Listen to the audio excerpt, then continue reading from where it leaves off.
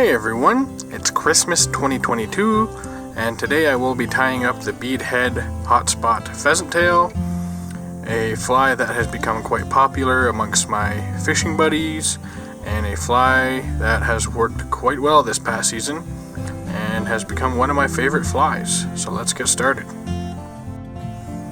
Alright, so I will be tying this fly on an Ahrex FW560 size 14 traditional nymph hook. I got my 764 tungsten gold bead already on there. I do pre-pinch all my barbs before I tie. I will be using 0.015 lead-free wire, gold ultra wire in size small, 6/0 fluorescent orange thread, orange peacock herl, and a traditional brown pheasant tail, although you can use olive, maroon, or whatever color you wish. So let's get started.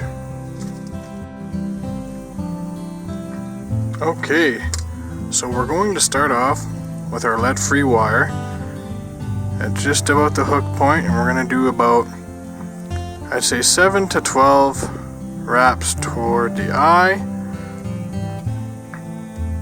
You can helicopter that right off. Push that piece down, push them together, and we'll take this and we're going to helicopter this off too, and just like that. You could do more or less depending on how fast you want it to sink. We're going to take our orange thread, start it behind the wraps, and we're going to lock this down just like that. Now, I am no professional fly tyer by any means, so if you see me doing something weird, it's because I can. So just like this, a lot of people will tie back and stop at about the point or the barb, but I like to come back to the bend, and you will see why in just a moment. I will now grab my brown pheasant tail, and I will pull, I would say, between 8 and 10 fibers from your pheasant tail. And you cut off these little curly guys at the butts, because they like to get caught on your thread. And I do about, you can do about a shank length for your tail, or half a shank length, whatever you think is adequate. Now once you got a few wraps, you can let go of your bob and you can actually pull this around until you get your desired length, and then we're going to wrap back. Now right here, I like to come around and put a nice orange butt on the fly, so you can see the orange back there. And I'm going to pull back the pheasant tail, and I'm going to lock her down. I am now going to grab my gold wire, if I can find it. It's got to be here somewhere. Where do you go? There you are. My gold wire. Now you can lay this toward you, you can lay this away from you, whatever you're most comfortable with. Pull it just a little bit, there we go, and lock her down. So we are now going to wrap forward. You notice I'm leaving the bobbin at the back, and what this does is, well, you can use hackle pliers or whatever you want at this situation, but I like to just use my fingers, and leaving the thread back there actually helps keep the pheasant tail together as I bring it forward. So we're going to wrap the pheasant tail like that. You try and make sure you have enough length to get around, and then once you're confident you have enough, I will then lock it off. Now I'm leaving a little bit of a gap, as you can see at the front here, and that is for my peacock herl. And once you got enough locked down, come in here with my scissors, careful not to cut the thread, and you just cut off these nagging little guys there. I'm normally a little bit better at this, but it is Christmas Day and I have been drinking a little bit. So anyway, there you go. Then I just wrap a little bit, lock that down. Now we got our gold wire, and I actually want to bring this in the opposite direction that I brought the pheasant tail, and this helps lock it down.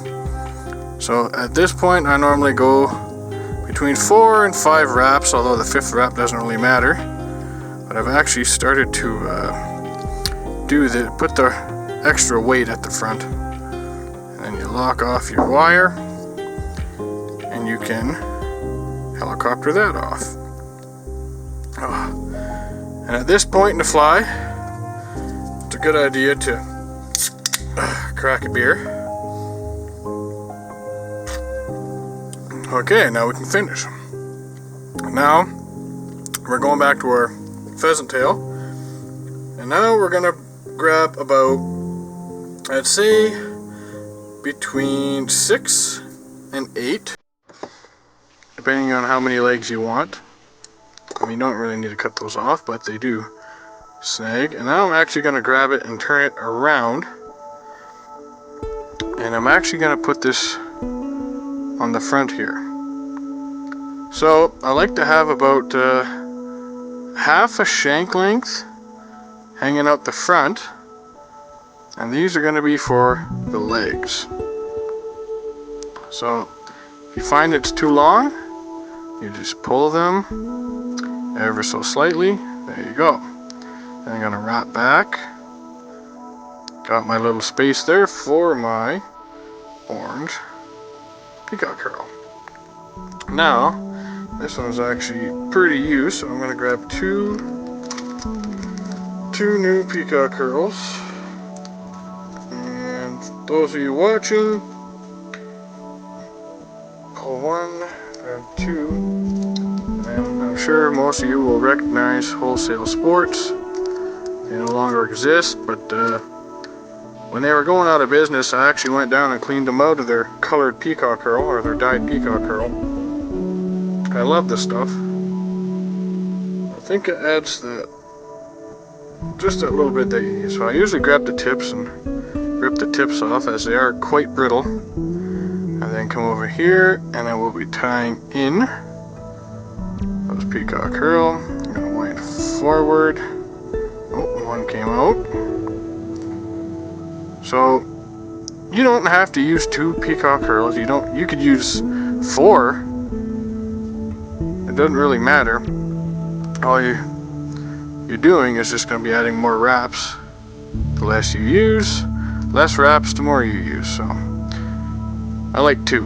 So once you're happy with your thorax, I believe that's the thorax, you give a couple of wraps just behind the bead to lock her down. You see those legs starting to flare already, which is a good thing because of what happens next.